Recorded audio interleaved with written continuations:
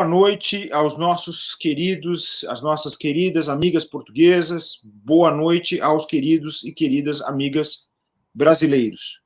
Nós estamos aqui hoje para mim, agradabilíssimo reencontro, muito embora eu possa lamentar pelo fato de ser apenas um reencontro virtual, com um querido amigo e um jurista que eu respeito e admiro muito, exatamente pelos seus trabalhos num campo em que o direito vai se desenvolvendo, provocado pelas mudanças tecnológicas, pela atualização tecnológica, e ele vai se desenvolvendo graças ao trabalho de juristas como Manuel Davimasseno, que tem se notabilizado pelo estudo, pelos artigos, pela participação muito importante e gentil dentro da órbita dos poderes públicos, para ajudar na compreensão e na adaptação e na formulação de regras que possam permitir que essa mudança tecnológica seja benéfica para a sociedade como um todo, a partir da perspectiva do direito e da justiça. Então, eu queria dar as boas-vindas ao meu querido amigo Manuel Davimasseno, na esperança de que nós nos encontremos em Lisboa, em setembro. Vou lhe enviar o convite que eu recebi para falar lá nos 190 anos do Supremo Tribunal de Justiça português. Mas, meu querido amigo, é um prazer tê-lo aqui novamente na Academia Paulista de Direito, e hoje nós vamos falar sobre um tema que você domina como poucos, não apenas na língua portuguesa, mas no mundo inteiro, que é a inteligência artificial e a vigilância sobre os poderes públicos, né? Manuel, seja bem-vindo. Obrigado. Aliás, eu gosto muito também de estar com vocês, ainda que apenas virtualmente, para São Paulo. Inclusive, embora dizem no Brasil que eu sou muito paulista na cabeça, o que nem sempre é elogio, sobretudo para amigos de outros estados que têm assim uma ideia uma ideia assim meio direta e rude do paulista. Mas provavelmente eu também serei demasiado direto e demasiado rude. Bem, Alfredo dizendo que eu tenho trabalhado nessas áreas de tecnologia e inteligência artificial. Bom, mas trabalhar nisso, recordando que a minha primeira intervenção já está há uns 18 anos atrás, que eram assuntos que não interessavam a ninguém, era coisa completamente nicho. E o facto é que eu, sem mudar o foco, dei por mim rodeado pela normalidade. Eu deixei de ser anormal para ser normalizado, normal, estranho, para ser normalizado pela mudança da sociedade. Não tendo eu feito, creio que nada para que essa mudança ocorresse. Uma mudança completamente, não vou dizer que da natura rerum, mas quase. O mundo mudou mesmo. E não mudou só, e nem hoje é o tema, embora também tenha feito já algumas coisas sobre isso. Isto não é só porque no final de novembro de 2022 tenham posto cá fora um aplicativo de diálogos que passou a dar resposta a quase tudo e também a escrever trabalhos e artigos ao nível de muito do que se faz em TCCs de graduação ou inclusive a trabalhos de mestrado. Aliás, isso não é uma medalha, mas talvez o contrário. O primeiro mestrando que me enviou um trabalho feito por o ChatGPT ocorreu no dia 2 de janeiro de 2023. Puxa. É que eles tinham um trabalho para entregar até ao final do ano e o dia 1 foi domingo. Pensamos também com o magistrado, temos a pensar em prazos. O prazo caía no domingo, foi para o primeiro dia útil seguinte. Primeiro dia útil seguinte, dia 2. O prazo era 31, sábado não dava, domingo, 1º de janeiro, domingo, dia 2. Trabalho feito ChatGPT. Na altura, nós não tínhamos reservas, sim, que eles dizem guardrail, não tínhamos nada preparado. A minha sorte foi que o aluno não foi capaz de colocar as perguntas. Se o aluno se o mestrando tivesse entendido mesmo o que tinha que fazer, eu teria que ter dado uma nota muito alta, sabendo que não era o próprio que tinha feito. Incrível. Mas não tinha sido um outro humano, por isso fraude académica à partida não dava. Mas isto, muita gente só despertou para esta questão da inteligência artificial a partir do Natal, sobretudo depois em meados de fevereiro sai o ChatGPT-4, começa a fazer outras coisas. Isto parece novo, mas isto nada de novo. Eu comecei, porque sou concursado em empresarial, o meu estudo começou por ter a ver com contratos. E com contratos com consumidores, com negociação com consumidores. Inclusive, está para sair agora a 5ª edição de um livro de direito, agora se chama Direito Digital, Direito Privado e Internet, que é publicado aí pela Foco. Isso começou com o Guilherme Martins, da FND. E a partir da 2ª edição eu comecei a contribuir com um capítulo sobre contratação com consumidores em contexto de Big Data. No mês passado mandei uma atualização muito reformulada, teve que ser muito reformulada, para a 4ª. Agora, temos a questão também não só dos poderes privados e do desequilíbrio entre o cidadão e a grande empresa. Por exemplo, a grande empresa que sabe tudo sobre nós,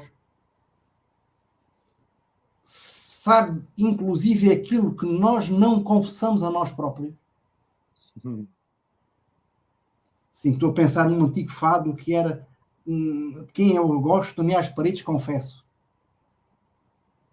Mas isso, pensarmos em rede social, quando alguém curte ou não curte, tudo isso fica registado. Porque esse também, que é a definição desse perfil. No Brasil já vi escrito perfilamento, como uma tradução quase direta do profiling. Essa é a base do modelo de negócio das plataformas. Porquê? Porque esse perfil vai ser vendido para fins de publicidade hiperdirecionada. Já não estamos diante de um outdoor aí numa avenida, olha quem olha, mas alguém vai receber publicidade exatamente daquilo que entendem que lhe interessa. Atenção, mas isto há muitos anos. Se alguém pensa que isto é recente, está completamente enganado. Aliás, por acaso a primeira vez que eu me dei mesmo conta disto, mas em detalhe, foi por setembro de 2005, ia eu para um congresso em Belém do Pará. Nesse tempo, isto é história antiga, 2005, já tinha feito uma coisa antes também, inteligência artificial. Teve graça porque foi um diálogo entre mim e outro amigo, colega, o Ais Rover, da Federal de Santa Catarina. Que ele terá feito, creio, não tenho certeza absoluta, mas terá feito a primeira tese de doutorado no Brasil sobre inteligência artificial, a propósito dos sistemas especialistas na justiça. que hoje isto é história antiga. Um expert system, aqui dizemos, no português europeu, sistema pericial. Conseguir o homem reproduzir o seu aprendizado programando.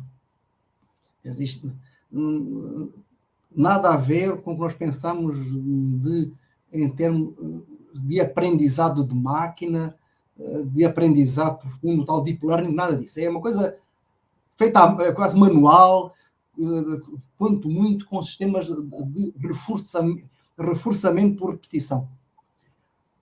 Mas o que é que acontecia já? Havia duas, lembrem, os mais antigos, havia duas faixas no Gmail. Do lado direito havia uma faixa de publicidade. Google assumia que nenhum ser humano leria as mensagens. Mas havia um sistema informático que lia as mensagens. E identificava a palavra-chave. Eles perceberam que eu estava indo para Belém. O que é que eu recebo? Publicidade de restaurantes em Belém. Se ele vai para Belém, é capaz de não gostar da comida do hotel e vai ao restaurante. Floristas em Belém. O que é que será? Se alguém se é convidado para jantar, e até eu fui convidado para jantar um par de vezes em casa de colegas, sei lá, até pensando em desembargadores, o Gursen, que tem estado por Roraima. Era normal que levasse um ramo de flores para a patroa da casa, assim, de presente de cortesia. O sistema informático já inferiu isso. O que ocorreu, e vamos saltar muito no tempo, o que ocorreu com Cambridge Analytica e que levou em parte à eleição do Trump. Por acaso, nessa terça-feira, estava eu em Curitiba, porque nessa semana estive entre Curitiba e Brasília, no CODAIP em Curitiba, na área dos direitos autorais, e depois no final da semana, na UNB, mas de ciências políticas, houve ali um simpósio onde eu tive uma mesa com o moderador, o Alexandre Veronese. É que somos todos poucos, não é?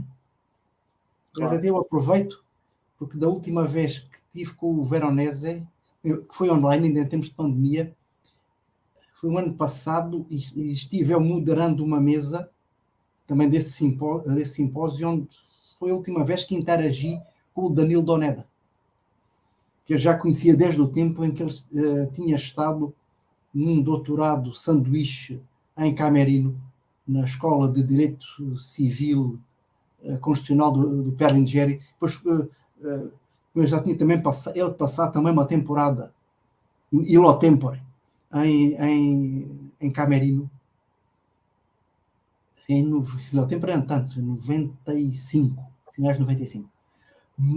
Até depende de umas dicas para ele, a gente até voltámos um par de vezes a encontrar até em Floripa, mas encontrar o Danilo, que entretanto faleceu. Nestes últimos tempos, e pessoas que trabalharam nesta área, também tem homenagem, já agora aproveitei em São Paulo, e era académico honorário da APD, o Roberto Senise. Também faleceu. O Roberto Senise coordenou o primeiro mestrado no Brasil em Direito de Informação na FMU. Amigo, ou seja, não era só conhecido, coisa, era mesmo amigo. Tinha a minha idade, praticamente, tinha menos uns meses que eu. E ele faleceu em novembro de 2020, quando eu tive depois um susto de saúde em dezembro. Porque na altura que tive um susto, até pensei bastante no Senise. Mas o que é que acontece? Mas estava em Curitiba, numa quarta-feira, quando soube que, contra a expectativa, o Trump tinha ganho a Hillary. O que a Cambridge Analytica fez foi utilizar a mesma metodologia de tratamento de dados para fins mercadológicos, mas a mercadoria era o voto. E eles, face ao sistema eleitoral dos Estados Unidos, de colégio, em que por um voto se ganha o Estado, não todos os Estados, mas a generalidade dos Estados, quem ganhar por um voto tem todos os votos eleitorais. Eles andaram a ver onde é que poderiam influenciar alguns poucos milhares de votos, sendo suficiente para alterar mudar aquele Estado. Por exemplo, enviaram, isto não é como no Brasil, de sistema de fake news artesanal e de gabinete de ódio, etc. Que isso era mesmo método artesanal, com devido respeito. Isso funcionou no Brasil. Ninguém fica muito ofendido, mas aí até um sistema artesanal assim, muito pouco sofisticado, e via WhatsApp funcionou. Só que nos Estados Unidos o campeonato é outro. Uma das ferramentas mais eficazes que fizeram foi compilar certos de intervenções públicas da Hillary, pelo menos aparentemente menosprezando negros. O eleitorado nos Estados Unidos também está muito polarizado, inclusive etnicamente. O percentual de negros, esse é do afro-americanos, esse é um eufemismo assim absolutamente ridículo. Afro-americano é o Elon Musk ou a Charlize Theron, que são ambos da África do Sul. Sim, por isso não querem dizer negro não. É preciso respeitar os negros, porque, aliás, africanos somos todos. É isso que costumo dizer aos meus alunos. Eu tenho sempre alunos africanos e dizem, bom, aqui todos são africanos. Somos todos africanos. Não há nenhum homo sapiens que não seja de origem africana. Bom, eu sou capaz de ser assim um bocado mais neandertaloide que a média, mas pronto. Mas isso. Agora, os meus antepassados chegaram à Europa antes dos vossos. Vocês chegaram. Tanto que ficaram há tanto tempo, foram perdendo assim o bronzeado. Riem e tudo. Por isso aqui o racismo é absolutamente absurdo, em qualquer sentido, porque até a diversidade genética dentro de África é muito maior que no resto do mundo. Por isso nós estamos muito mais próximos. Não faz o menor sentido. Tanto que a lógica nem sequer foi botar tais afro-americanos a votar no Trump, mas como o voto lá não é obrigatório, eles ficarem em casa. Quer dizer, eu não voto no Trump, mas ela também não merece. E esta é a lógica do perfil, ter o conhecimento. E aí, e pensando na nossa última conversa, eu fui verificar, foi no início de julho de 2020, havia um problema grande, que por coincidência, isto é tudo muito pequeno, isto é tudo muito mesmo pequeno. Nessa mesma semana, num simpósio na UNB, estava uma jovem do governo, técnica do governo. Estamos em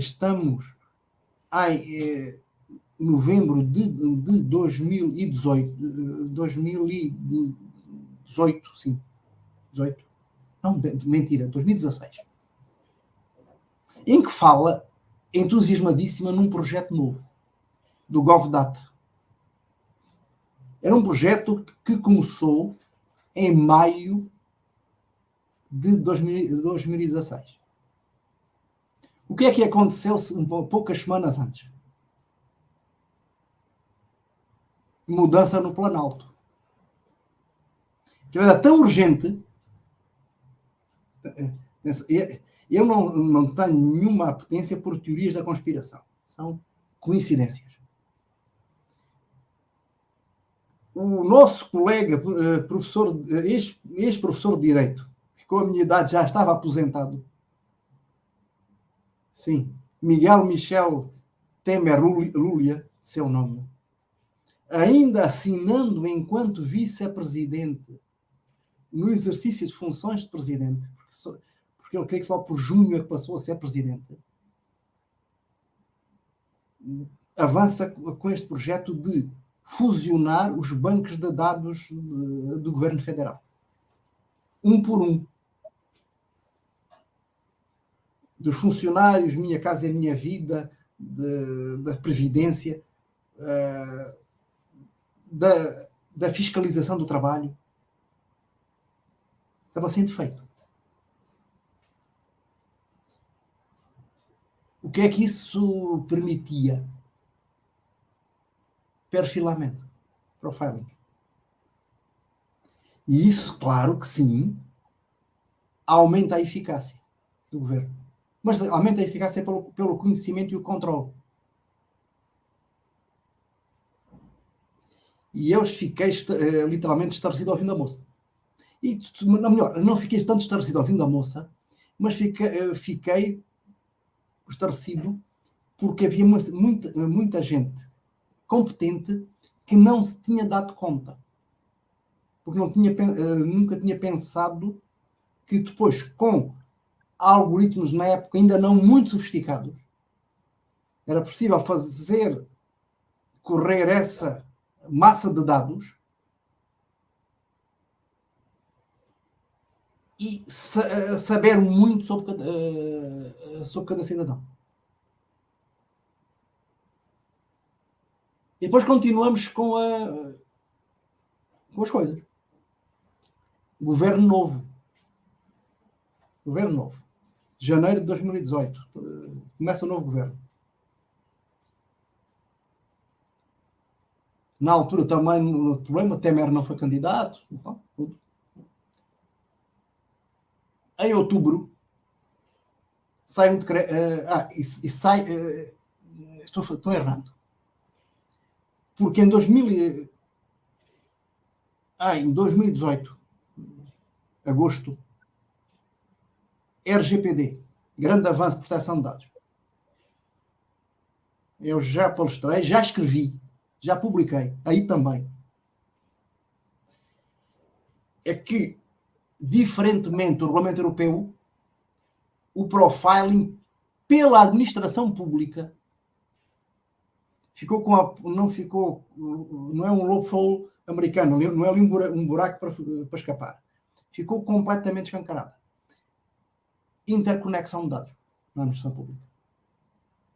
Também é um regime muito mais facilitado que o europeu para os privados, até porque a lógica é que poderia ser até que a Autoridade Nacional de Proteção de Dados regulamentasse, que a polícia estava liberado, mas na administração pública não só não estava, como existia e existe uma previsão expressa para que sejam adotados formatos no tratamento de dados que facilitem a interoperabilidade. Ou seja, mesmo quando os bancos de dados não são fusionados, possam dialogar entre si. Isto é, a LGPD deixou a porta aberta. Isto por agosto de 2018. Há a eleição a seguir e alguém entra em funções em janeiro de 2019. Também não muita gente reparou. Eu, como sou um chato, reparei quase logo. Mas isso, porque já vem com a mente já formatada. Sai um decreto em outubro avançando com o CPF com seu primeiro decreto sobre o CPF, como número tendencialmente único. Diz-me, mas isso serve para quê? Serve para interconectar todos os bancos de dados. Facilitando. E porquê é que eu dei quase, não digo salto na cadeira, mas penso, fiquei assim, os dias espanhóis, piel da galina. Assim, fiquei assim com os pelos eriçados e tal. Porquê? Porque em Portugal, isto aqui está tudo inventado. Em 1973, ainda durante o regime, digamos que autoritário, para não haver problemas de qualificação técnica, portanto, autoritário da esquerda, todos concordam que o regime era autoritário. Chegou a ser aprovada uma lei de criar um número único para cada cidadão. Mas seria o mesmo número para a carteira de identidade, para a previdência, para a carteira de motorista, para tudo. Sempre o mesmo número. O que era indispensável à época, 50 anos atrás. Porque os meios de computação eram limitados, não conseguiam fazer indexações senão com um conjunto pequeno de caracteres alfanuméricos. Portanto, todo o mundo, número. Não era para tatuar na pele, porque isto não era Auschwitz, nem Dachau, nem Treblinka, mas era assim uma coisa. E nós andamos aqui sorrindo, sim, mas a IBM, ainda nos anos 30, vendeu computadores à Alemanha e houve tratamento computadorizado nos campos de concentração. E houve sistemas de códigos de leitura automática.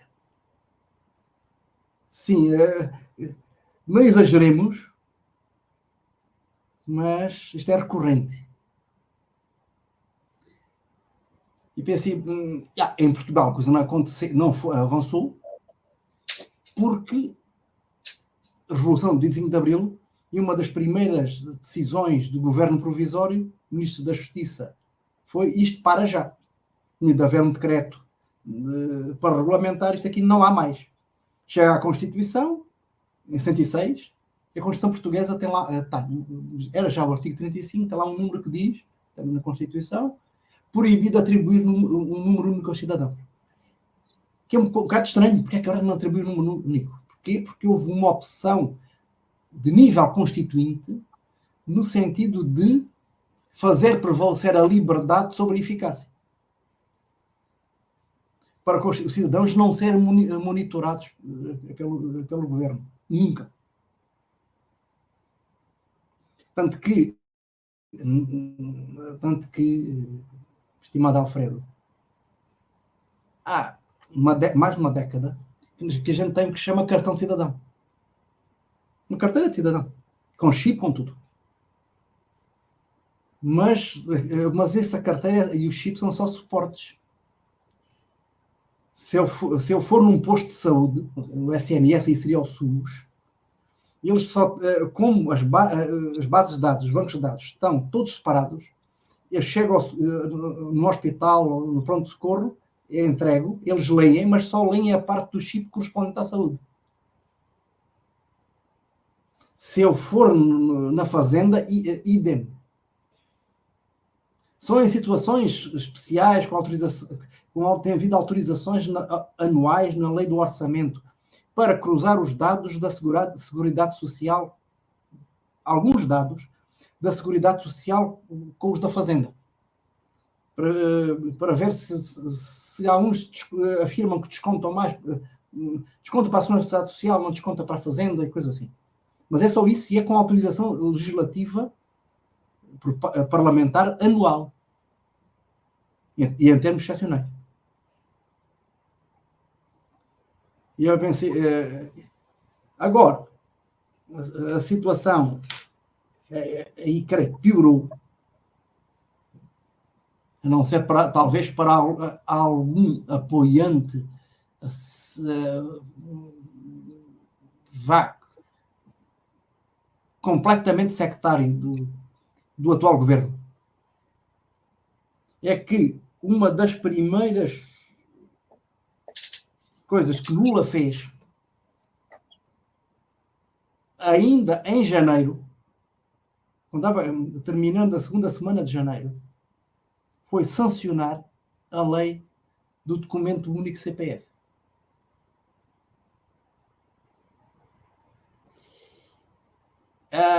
Bom, não é a primeira vez que, a meu ver, e olhando de fora, a Lula não entende como o mundo está agora.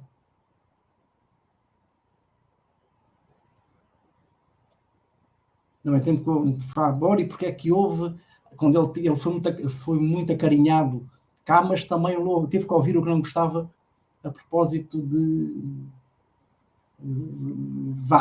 uma determinada atitude em quadro de guerra entre os direitos humanos na Europa. Porque isso, o mundo mudou. Ou seja, o Lula... O mundo de hoje não é o mundo de há 20 anos. Os Estados Unidos de hoje... Os Estados Unidos do Biden não são os Estados Unidos do Bush pai. Que creio que era quem estava na presidência quando o Lula chegou ao poder. Foi o filho, Bush filho. Já era o filho? Não sei. Sim, foi no início dos anos 90. Ou seja, o Bush filho foi para o Afeganistão, o Biden saiu. Ou seja, as coisas, este mundo já não é o mesmo. E o Lula assinou, aqui falamos, terá assinado de cruz.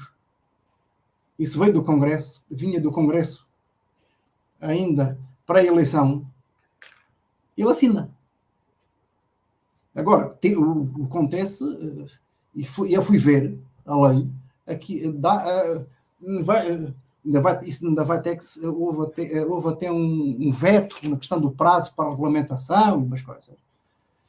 Mas o governo que estiver vai ter a possibilidade de saber tudo quase sobre cada um.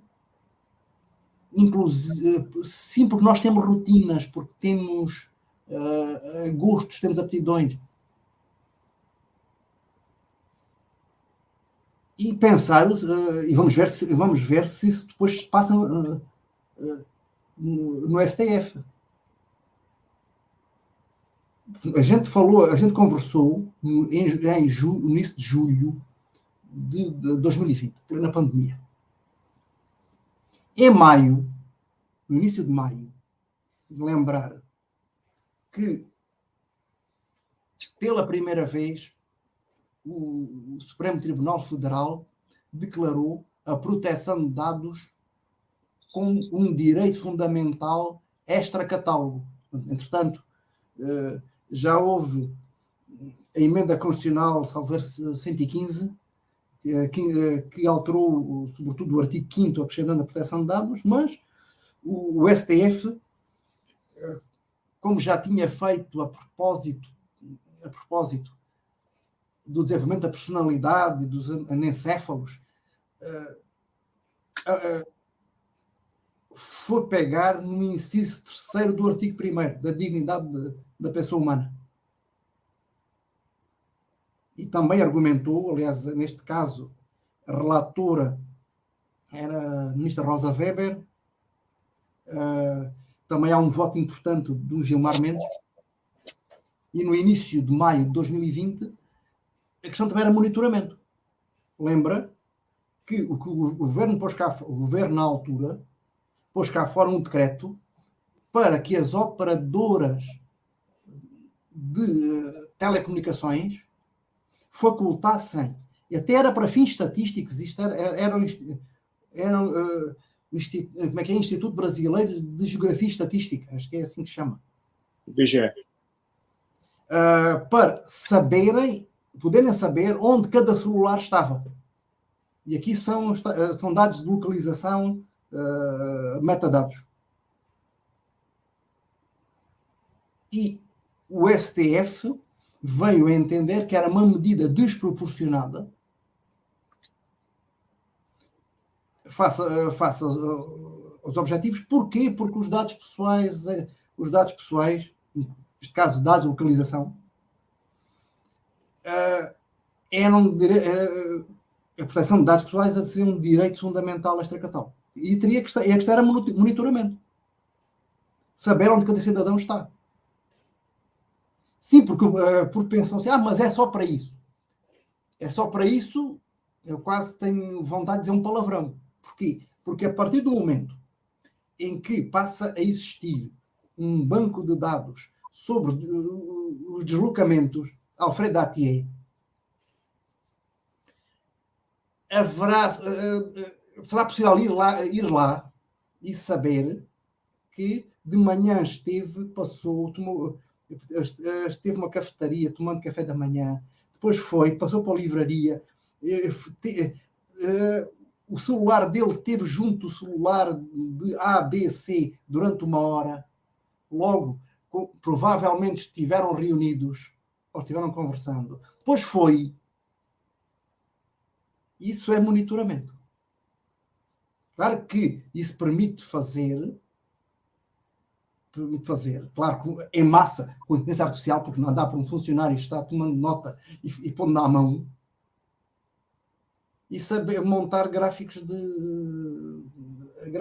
até para saberem, se for preciso ir até com você para aprender, ou pior, onde é que é mais provável que vai estar àquela hora daquele dia.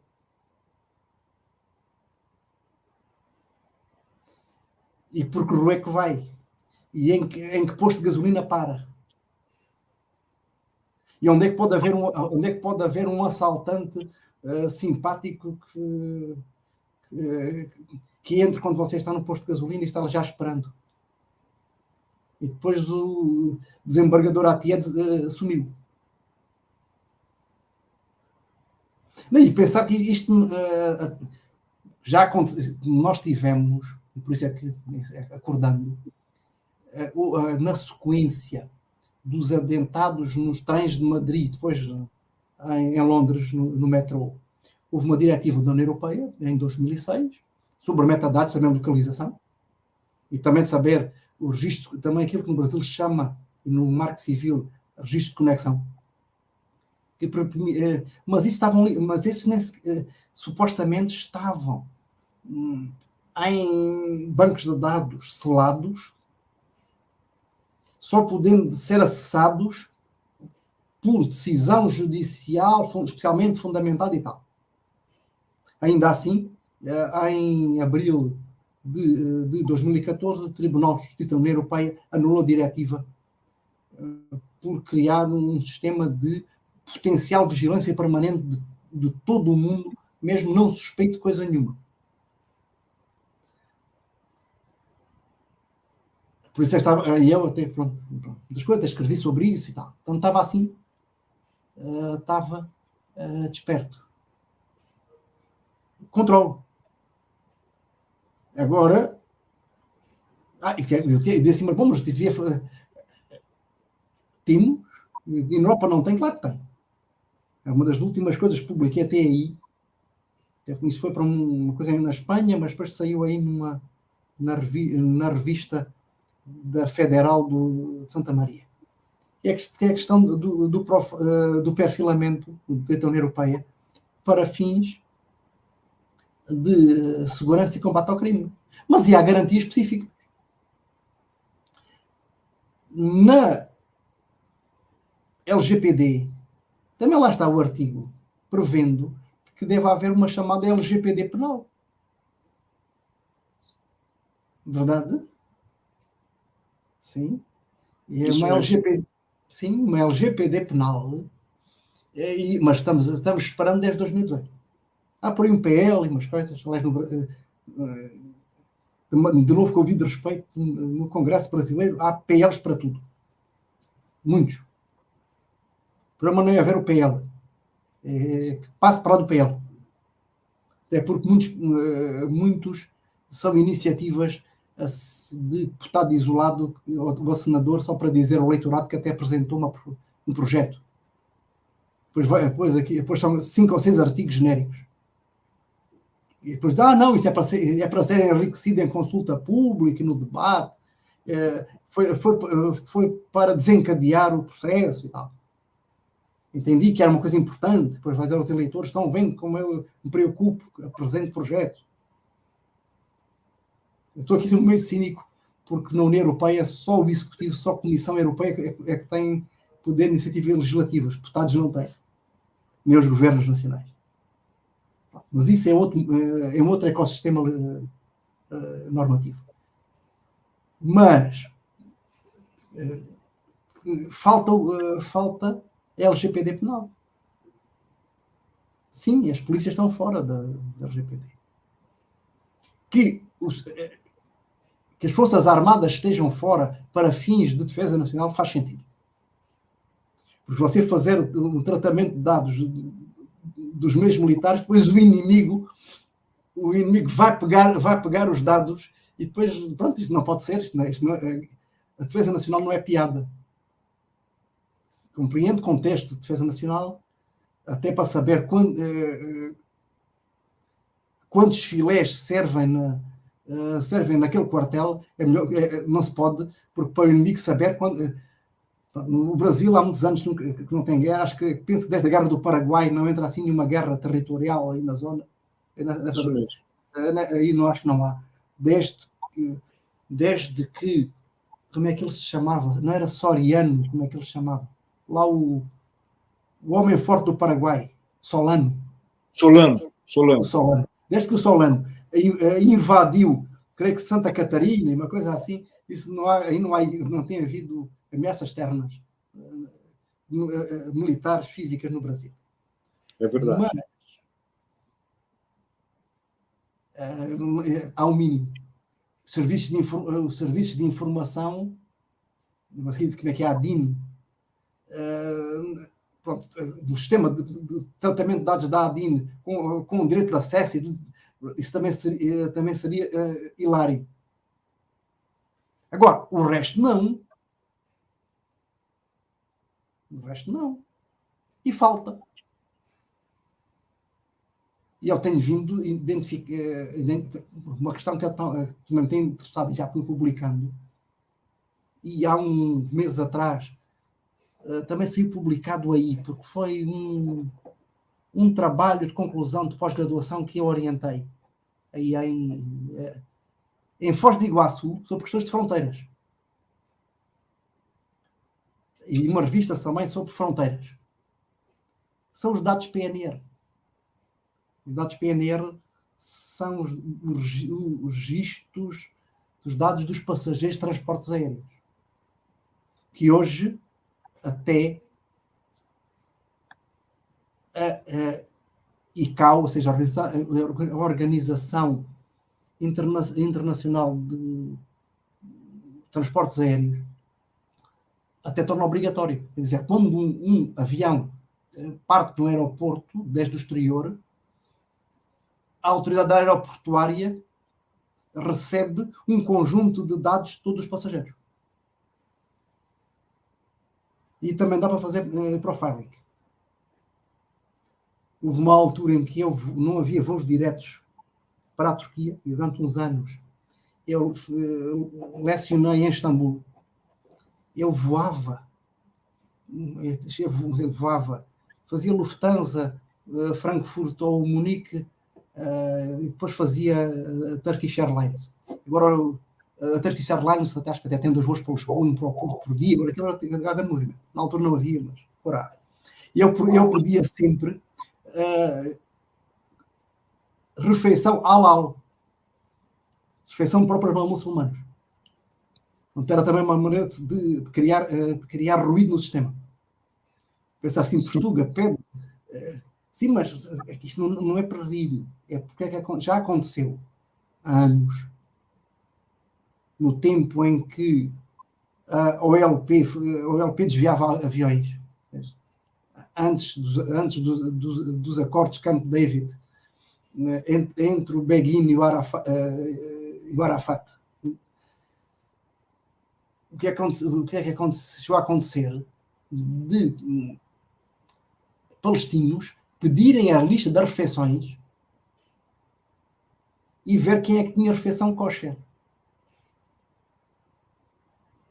Identificar os judeus a bordo. E ir ter até ao lugar de onde está um judeu e pega no judeu e vai para o lado. A melhor maneira de identificar judeu é quem é que tem num voo com uma versão kosher. Ali muita informação. O que é que acontece? Temos aí tratamento de dados. Desde há anos que a vossa ANAC repassa os dados com base num convênio para a Polícia Federal, mas não há nenhuma garantia de controle. Não há. Embora se devesse até aplicarem adaptados os princípios da LGPD. Interessante. E porquê que é todo aqui? Porque no mesmo dia foi adotado e foi publicado o Regulamento Geral de Proteção de Dados da União Europeia, quer dizer, 27 de abril e 4 de maio de 2016. O regulamento não vê sozinho. Vê com duas diretivas. Mas a diretiva é um ato também de natureza legislativa, mas a diretiva estabelece objetivos e dá um prazo aos Estados-membros para ajustarem os seus ordenamentos à diretiva. Mas dá alguma margem aos Estados. O regulamento é uma lei que se aplica diretamente.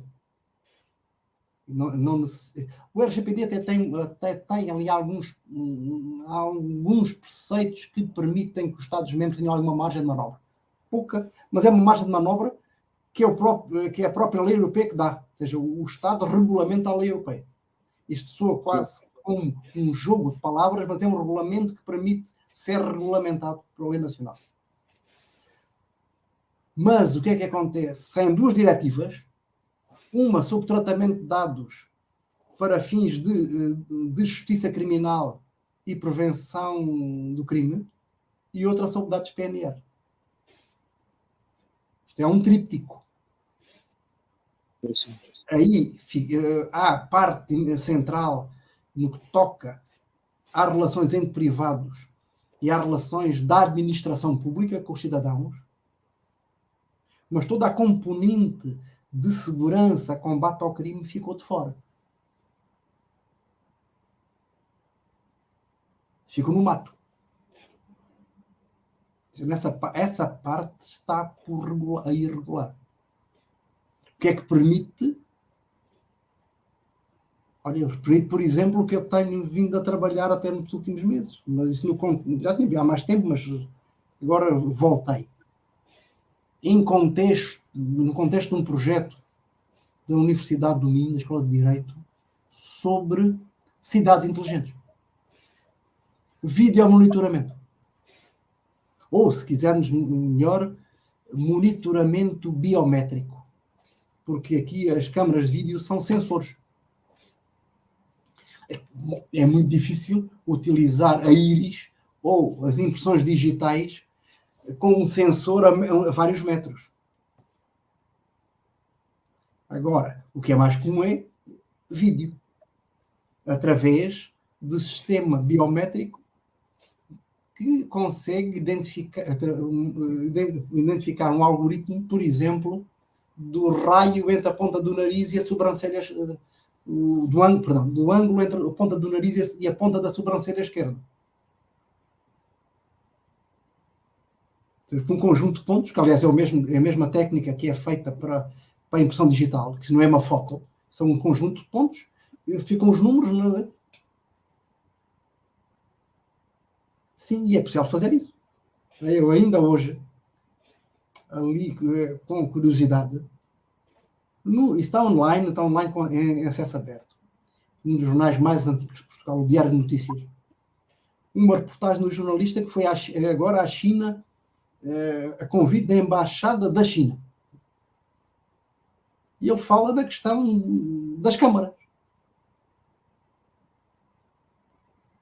É que este monitoramento biométrico não tem nada a ver com o videomonitoramento tradicional. Alfredo seguramente terá estado em Londres nos últimos anos. Em Londres, nas zonas mais centrais, se eu coçar uma orelha, há um policial potencialmente que está vendo. Mas eles não estão nem aí. Se alguém estiver no metrô e roer a unha, alguém vê que está roendo a unha. O povo não está. Mas isso é humano.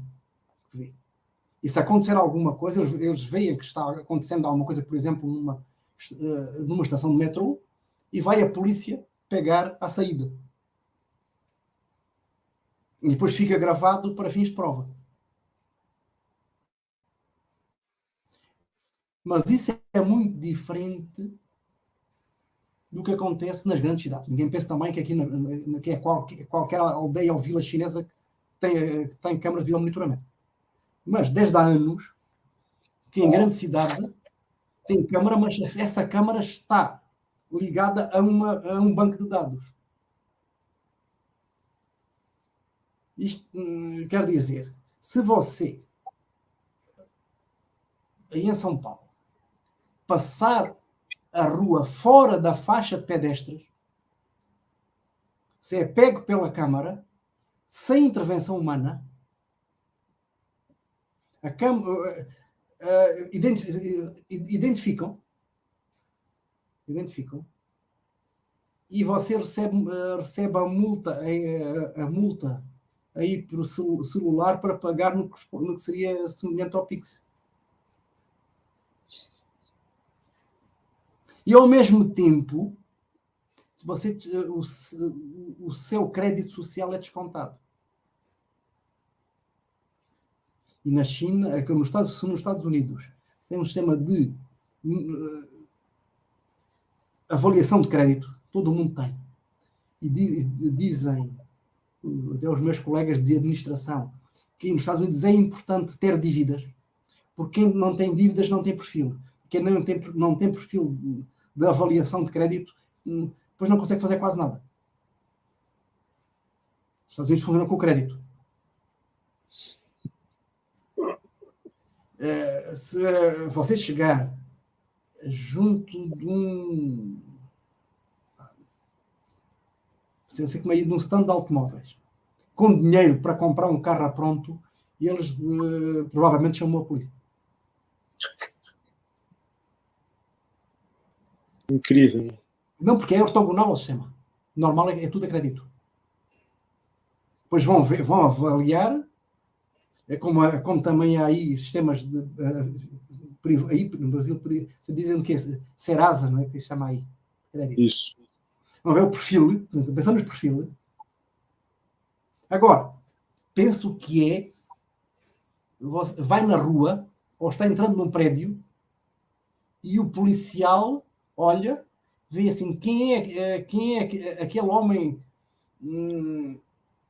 bem vestido e com pouco cabelo que está passando na rua. Carrega num botão e tem a informação toda sobre quem, inclusive, quem foi o primeiro namorado da esposa. Se não foi o próprio.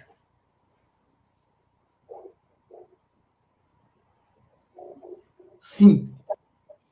Claro que isso dá para fazer depois toda a manipulação imaginária. Aliás,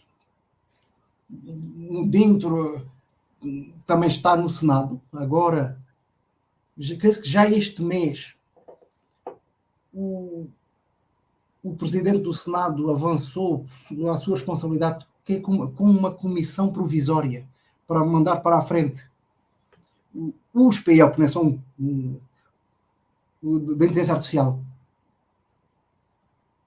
E um dos pontos é exatamente este, é a questão de usar a inteligência artificial para a identificação e também para a avaliação das pessoas. Eu tenho alguma esperança. Eu cheguei a fazer em debate, em palestra, umas afirmações assim, não digo, acho que não deselegantes, mas descoroçoadas a propósito do que saiu da Câmara dos Deputados. Sim, porque o que saiu da Câmara dos Deputados em matéria de inteligência artificial era uma lógica de liberar para promover o investimento. Bom, tal como aconteceu, isso é uma coisa incrível, para mim foi incrível. Na internet das coisas. Internet das coisas. Eu tive aqui um aluno de mestrado, mas ele estava, era um aluno de mestrado, fazendo investimento de mestrado comigo, mas ele estava fazendo em doutoramento de sanduíche, estava cá, ali da PUC Paraná. E aquele cara tinha que trabalhar, ele estava com uma tese, internet das coisas, disse assim, espera aí, mas você muda a tese, depois incrível não, acontece, até publicar, você não reparou que a Anatel perdeu os poderes todos, quer para autorização, quer para fiscalização em matéria de internet das coisas. Isso foi tudo liberado. Foi a lei faz alterações cirúrgicas em matéria tributária, mas também liberou afastando a Anatel disso tudo. Enquanto aqui na Europeia o objeto já está-se reforçando regras de segurança nos sistemas informáticos, aí a lógica foi, vamos desregulamentar. Claro. Hacker fica feliz. Ou seja, assim, agora vamos, imagina, cara, vamos proibir os alarmes nos prédios. O bandido fica, diga-se isto, bom, deve ter, se fosse assim, teria bandido a ir quase, a senhora Aparecida a pé, é ação de graça. Você libera as proteções, porque assim, claro, fica mais barato. Claro que fica mais barato. E deixa eu fazer uma pergunta. Tudo bem, porque o que chegou ao Senado, faz quase 2 anos, mas aquilo estava tão ruim que o Senado achou que aquilo não tinha préstimo e nomeou uma comissão de juristas aí com o seu amigo, coordenada pelo seu amigo o ministro Cueva, e sendo secretariada pela Laura Schertel Mendes, e também com o Danilo e com mais. E o que é que eles fizeram? Botaram materialmente, botaram o que tinha vindo aprovado da Câmara no lixo e começaram de raiz com um trabalho baseado no risco e na garantia dos direitos fundamentais. Sim, quando há coisas bem feitas é para elogiar. Aquilo que é assim, compreendo com o período eleitoral, etc. Mas o relatório dessa comissão de juristas foi entregue aí antes do Natal, um bocado antes do Natal. E já só em agosto é que começou a mover um pouco. E depois vamos ver como é que isto funciona. Agora que o Brasil precisa de garantias dos cidadãos no sentido de não serem monitorados em permanência pelos poderes públicos, algo que eu não disse antes, no tempo da diretiva da União Europeia, que estava muito controlado os bancos de dados com isso. No entanto, não há bancos de dados 100% seguros. Chegamos até situações ridículas, como policial da Irlanda do Norte ciumenta consegue ter acesso ao banco de dados para saber a quem é que o namorado estava ligando. E se uma policial ciumenta consegue convencer lá os caras da informática, deixem-me ter acesso porque preciso e tal, uma coisa, se isso funciona, não há garantias que apesar de tudo o que a lei diga, não há um gabinete de ódio profissional, não um amador, mas um profissional, que não vá ter acesso a esses perfis. E, aliás, foi isso que impressionou também o vosso STF no início de maio de 2020, a propósito da localização dos celulares. Seria algo assim, quase inocente. Mas podia haver alguém, não vou dizer da ADIN, mas podia haver alguém a chegar junto dos bancos de dados do Instituto Brasileiro de Geografia e Estatística e retirar de lá a informação que quisesse. Sim, é porque a matéria informática nunca podemos ter por garantida a segurança.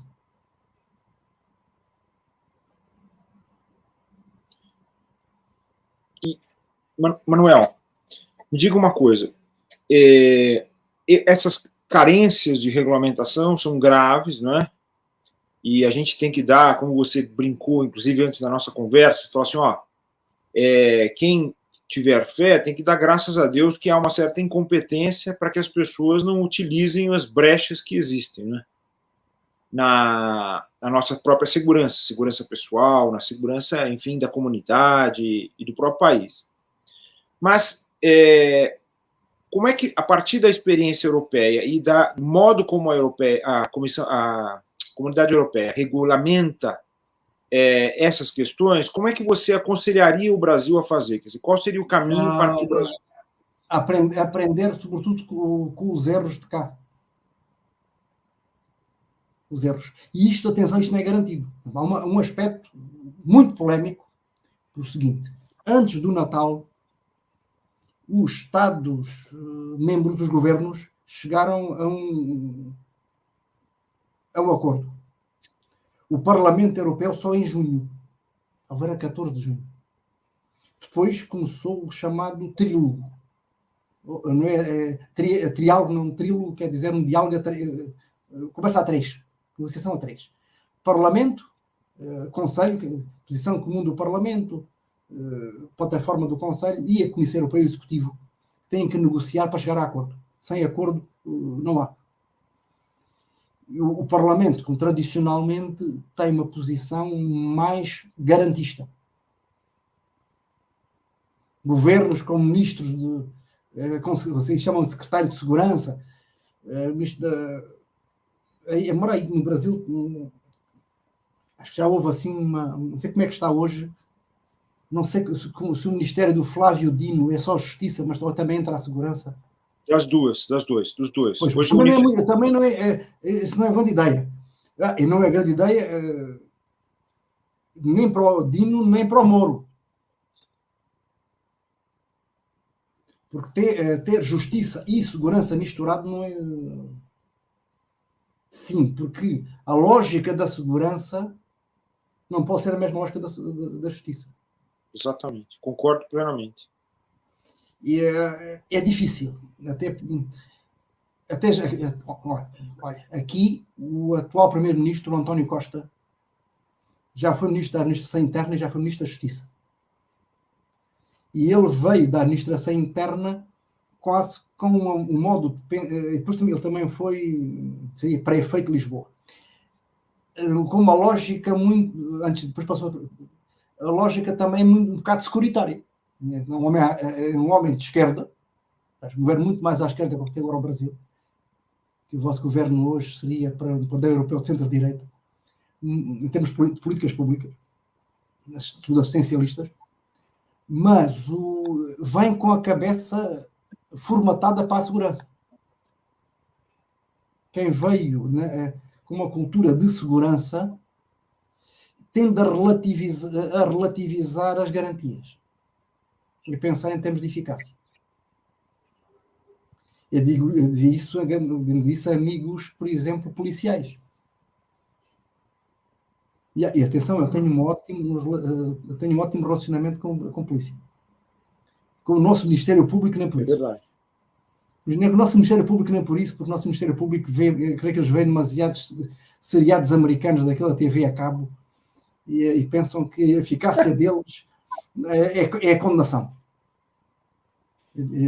Mas isso não é efetivação do Estado de Direito.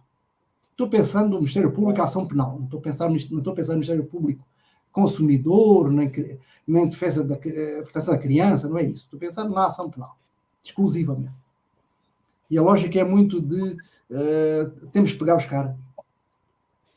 E se for assim, cutting hedges, fazendo assim, vai por um atalho, ninguém está vendo, a gente vai. Pode ser que o juiz de garantias não repare, ou que o juiz de garantias esteja simpático com a gente. A gente aqui temos juiz de garantia. Embora nem todos tenham cabeça para juiz de garantia.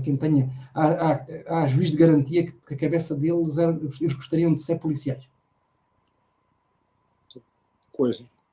Sim, mas isto não é fácil. Que alguém pega a vaga, mas a cabeça dele não é proteger, não é salvaguardar as liberdades, mas sobretudo validar aquilo que o Ministério Público pede. O problema é que geralmente, nesta matéria dos dados, o povo do Ministério Público não estavam felizes comigo, porque quando chegava a segunda instância, não havia caso nenhum que desembargadores não tivessem validado decisões demasiado simpáticas do juiz de garantia. É porque aí o promotor depois até almoça com o juiz e o juiz diz assim, você está bem, você me convenceu e dou o despacho e tal. Mas aqui, como nunca não tiveram sucesso, sempre havendo recursos, o Ministério Público perdeu os recursos todos, e ele dizia isso na cara, eles não ficavam, algumas pessoas do Ministério Público não estavam felizes comigo. Ótimo. Mas pronto, mas como muito por relacionamento com magistrados judiciais e com a polícia judiciária, tudo bem. Mas aí é o problema que há, por exemplo, monitoramento em tempo real. França fez uma grande pressão para admitir o monitoramento em tempo real. Há argumentos que já vinham na proposta, por exemplo, aeroporto, criança perdida. Mas aí não é necessário montar um banco de dados de todos os cidadãos. Basta pôr o dado da criança, que até pode ser uma fotografia que tenha a mãe, identifica, e o sistema que está preparado vai ver todos os rostos de todas as crianças ou pessoas de pequena estatura que está no aeroporto e vai ver se há alguma correspondência. Ou se há uma ameaça terrorista. Vão botar uma bomba naquela estação ferroviária. Eles conseguem, sabendo quem podem ser, eles vão estar ali. Talvez possa ser aceitável, havendo uma ameaça, ponhamos que uma ameaça efetiva. Eu lembro que quando era estudante, de vez em quando havia teste e havia aluno que telefonava a dizer que havia uma bomba lá no ginásio. Você cancela o teste e tal. Você não estudou, manda assim uma coisa. Uma vez até foi lá policiais todos com um sistema antibomba, e depois encontraram assim uma sanduíche enrolada num papel e que dizia por fora bomba. nesse caso até havia bomba. Então, estou pensando em ameaças verosímeis. E poder durante umas horas, haver monitoramento. Mas tudo isso, nós temos que ser suficientemente realistas para pensar em termos de proporcionalidade. E o limite terá que ser esse sempre, impedir a licitude de sistemas que permitam o monitoramento permanente de todo o mundo a todo o tempo, guardando a informação e estabelecendo perfis também preditivos. E a tecnologia permite isso. Tanto permite que chinês faz. E até estarão já acostumados. E atenção, penso o seguinte, Alfredo. Antes da pandemia, depois a China fechou muito. A pandemia fechou. Só mesmo agora por estes dias, é que ficaram até liberados os estrangeiros chegando na China sem certificado de Covid negativo. Tudo assim. Mas antes da pandemia, o que tecnologicamente é quase outra era, num estádio de futebol cheio, conseguiu identificar cerca de 95% das torcidas. Lá está. Todo mundo estava registrado. A Câmara passava e sabia exatamente quem é que tinha até afirmado umas coisas desagradáveis relativamente à mãe do árbitro.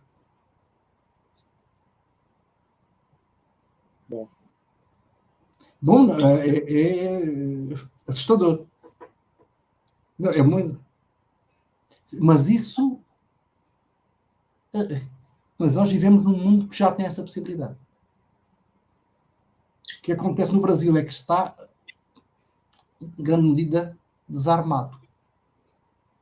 E precisa de coisas. Neste momento, até estou dando um pequeno apoio até à ONG moçambicana, porque eles estão lá com um anteprojeto de proposta que o governo irá oportunamente apresentar à Assembleia da República, que assim se chama lá o Congresso, sobre segurança cibernética. E esta questão do monitoramento e da conservação dos dados, até porque foi inserida sem necessidade sistemática, é uma das mais quentes, talvez a mais quente. Essa questão não é só Brasil, não é Europa, é também África, é Ásia, falamos aqui há pouco da China. A questão é geral, e temos é que a tecnologia permitiu nós comunicarmos, estarmos aqui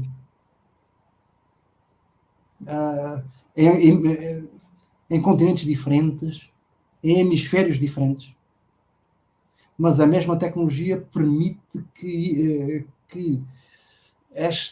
tudo que a gente falou seja gravado, seja analisado tecnicamente, sejamos escrutinados e tudo isto eventualmente seja usado no futuro contra nós. Não sei bem como, quando eu disse está em vídeo, por isso não posso negar, até no vosso canal. A propósito de determinadas pessoas próximas do governo de então há 3 anos, o risco era mais de chegar e ter assim os milicianos me darem uma surra. Mas pensar que não há governos inocentes. Mesmo quando nós temos amigos que são ministros. Por acaso, a ministra da Justiça de Portugal, a Catarina, até a minha amiga, muito antes de ser ministra, eu já quebrei galho para ela dando aula, mas isso, e é até de proteção de dados, a Catarina está por aí, a Catarina Sarmento e Castro. Mas não é por a Catarina ser ministra da Justiça que eu deixei de falar e escrever que nós temos um sistema de segurança de dados da Justiça controlado pelo governo e não por aqui seria o Conselho Superior da Magistratura, que seria o vosso CNJ, que seria a Nacional de Justiça. Nós temos mais que um, aqui temos 3. Temos o Conselho Superior da Magistratura nos tribunais cíveis e criminais, temos o Conselho Superior dos Tribunais Administrativos e Fiscais, administrativa e tributária, e ainda temos o Conselho Superior do Ministério Público. E no Brasil tem só um.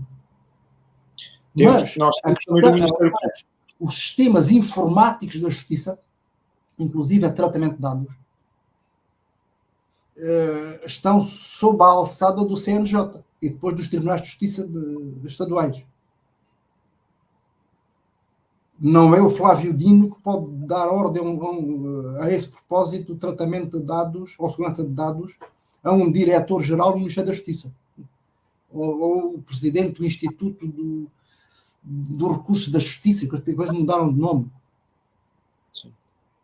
Pronto, mas já escrevi, e isso não é admissível que em Portugal, estou a dizer isso porque escrevi, publiquei e mantenho, todo o sistema de tratamento de dados pessoais não passe em bloco para o Conselho Superior da Magistratura ou para o Conselho Superior dos Tribunais Administrativos e Fiscais. Porque nós temos magistraturas diferentes. Inclusive, o Supremo é diferente. Aliás, em Portugal, estamos com o Supremo Tribunal de Justiça, o Tribunal Administrativo, completamente separado e em topo, e depois também o Tribunal de Contas, para além do Constitucional. Nós estamos com 4 tribunais superiores, cada um com a sua lógica. O Tribunal de Contas em uma lógica ainda muito própria. Mas, onde está agora o Nuno Coelho, nosso amigo Nuno Coelho, que ele é conselheiro, ou seja, é ministro do Tribunal de Contas. Eu sei que já estamos há quase 1h30. Pois é. É tempo de terminar. Até porque eu creio ter até abusado da vossa paciência. Não, pelo contrário. Foi maravilhoso esse nosso encontro, meu querido professor, meu querido amigo Manuel Damasceno, jurista do mundo, né? E nós vamos continuar essa conversa. Essa conversa não terminou e eu espero que o nosso próximo encontro não demore tanto tempo assim para acontecer, 3 anos, né? Logo, logo nós vamos conversar novamente sobre esses temas e outros temas importantes, porque a sua participação é importante para a Academia Paulista de Direito, para a comunidade dos juristas brasileiros, comunidade de juristas de língua portuguesa, e logo, logo nós vamos nos encontrar e eu vou dar um abraço pessoalmente no meu querido amigo. Eu queria agradecer muito a todos que nos Eu ainda quero dizer, é necessário dizer uma coisa, porque ontem fui surpreendido, porque não cheguei a ser convidado. Porque na divulgação deste evento foi escrito que passaria a ser membro honorário da... Eu ia querer lembrar. Não fui convidado, mas não aceitar a honra, sobretudo pela qualidade elevadíssima dos membros honorários da Academia, isso seria uma falta absoluta de cortesia que eu seria incapaz. Por isso, digo aqui em público que tenho muito gosto, embora me considere desqualificado face ao nível dos demais, para colaborar na medida das minhas parcas possibilidades. Muito obrigado, eu estou muito feliz e eu quero estreitar cada vez mais nossa relação de amizade, essa nossa relação de conhecimentos, de busca da justiça, né, e sobretudo das técnicas que permitem que exista uma justiça voltada para a construção da democracia. meu querido amigo, muito obrigado. Esse vídeo vai ficar aqui, muita gente vai assistir hoje à noite. Nós estávamos acostumados aqui em São Paulo, aqui no Brasil, com o horário noturno, né? Mas nós temos que nos acomodar aos nossos queridos convidados, né? Como é o caso do nosso Manuel, queridos e ilustres convidados, né? Então, muito obrigado, e obrigado por tudo aquilo que você tem feito na academia, não é? Na nossa revista, que cada vez mais se qualifica, já tem o Qualis A3, e agora ela está se constituindo ainda para obter ganhos ainda mais interessantes e internacionais, cada vez mais internacionais. E a última palavra é sua, meu querido amigo. Um grande abraço e muito obrigado. Só posso agradecer de novo, e estas conversas são muito gratificantes. Até breve.